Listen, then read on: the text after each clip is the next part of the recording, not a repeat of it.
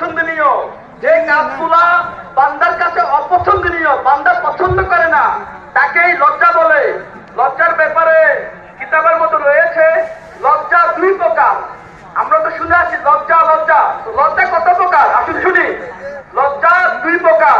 ফকিহ Abu lines সামারকান্দি রহমতুল্লাহি তাআলা আলাইহি ইরশাদ করেন, লজ্জা দুই প্রকার।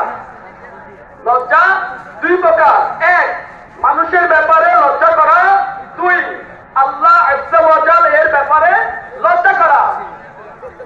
তো মানুষের ব্যাপারে লজ্জা করার উদ্দেশ্য হচ্ছে এই যে তুমি নিজের দৃষ্টিকে হারাম বস্তু থেকে রক্ষা করো, এবং আল্লাহ আজ্জা ওয়া জাল এর ব্যাপারে লজ্জা করার দ্বারা উদ্দেশ্য এই যে তুমি তার নিয়ামতকে জানো এবং তার নাফরমানি করার ব্যাপারে লজ্জা করো। এটাই হচ্ছে ইসলামী ভাইরা লজ্জা। আমরা শুনলাম লজ্জা বলা হয় তাকে, মাখলুককে লজ্জা করা, আল্লাহকে লজ্জা করা। আফসোস, শত কোটি আফসোস, আজ আমাদের সমাজের মধ্যে অনেক লোক এমন আছে যারা আমরা তো মানুষকে লজ্জা করি, আল্লাহ আজ্জা ওয়া জালকে লজ্জা করি না। অনেক মুসলমান, অনেক মানুষ এমন রয়েছে যাদের দিলের মধ্যে আল্লাহ আজ্জা ওয়া জাল এর ব্যাপারে লজ্জা নেই, যাদের দিলের মধ্যে মানুষের ব্যাপারে লজ্জা রয়েছে। অনেক খ্রিস্টান ভাইরা শুধু মানুষের কাছে লজ্জা করার দ্বারা গুনাহ থেকে বাঁচা সম্ভব নয়।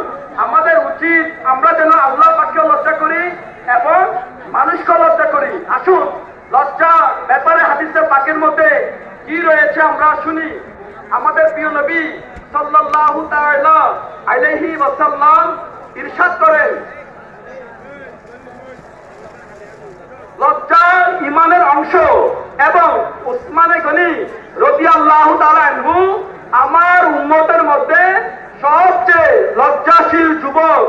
হযরত সাইয়েদুনা উসমানে গনি রাদিয়াল্লাহু তাআলা আনহু বলেন, আমি বদ্ধ ঘরের মধ্যেও গোসল করলে আল্লাহ আজ্জা ওয়া জাল এর কাছ থেকে লজ্জার কারণে সংকুচিত হয়ে যায়। ইসলামী ভাইরা আপনারা শুনলেন তো উসমানে গনি রাদিয়াল্লাহু তাআলা আনহুর লজ্জা কেমন ছিল। বন্ধ ঘরের মতো গোসল করা অবস্থায় আল্লাহ পাকের ভয়ে লজ্জার কারণে সংকুচিত হয়ে যেত। আজকে আমরা চিন্তা করি আমাদের মাঝে লজ্জা আছে কিনা। আজকে আমরা চিন্তা করি আমরা কি আল্লাহ আজ্জা ওয়া জালকে লজ্জা করি কিনা। ইসলামী ভাইরা মনে আছে যার দিলের মধ্যে আল্লাহ পাকের ব্যাপারে লজ্জা রয়েছে সে অসংখ্য গুনাহ থেকে বাঁচতে সফলকাম হয়ে যাবে। বিহা যে আল্লাহ পাকে লজ্জা করে সে কখনো মিথ্যা কথা বলতে পারে না। আমরা ভাবি, আমরা তো বলি আমরা লজ্জা করি, আমাদের দিলের মধ্যে লজ্জা আছে কিনা। মনে রাখবে যে আল্লাহ পাকে লজ্জা করে সে কখনো জীবন করতে পারে না। যে আল্লাহ পাকে লজ্জা করে সে ব্যক্তি কখনো চুগুলখুরি করতে পারে না। যে আল্লাহ পাকে লজ্জা করে সে ব্যক্তি কখনো গালিগালাজ করতে পারে না। যে আল্লাহ পাকে লজ্জা করে সে নামাজ কাজা করতে পারে না।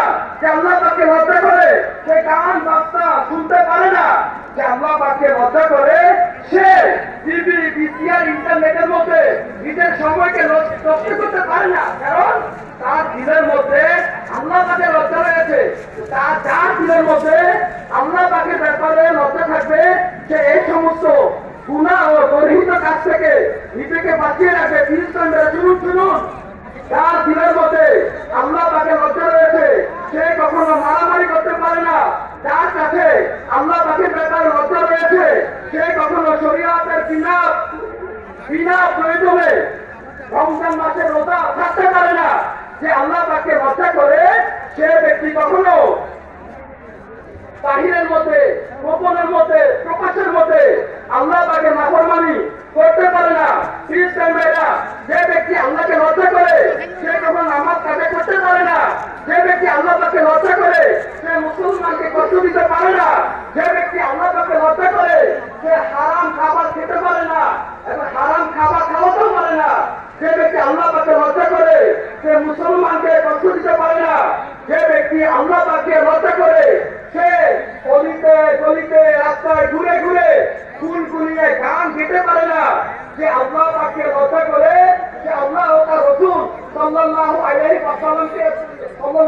ওয়াসাল্লাম নারাজ হয়ে যায়। এরকম কাজ করে আল্লাহ পাকের গজবকে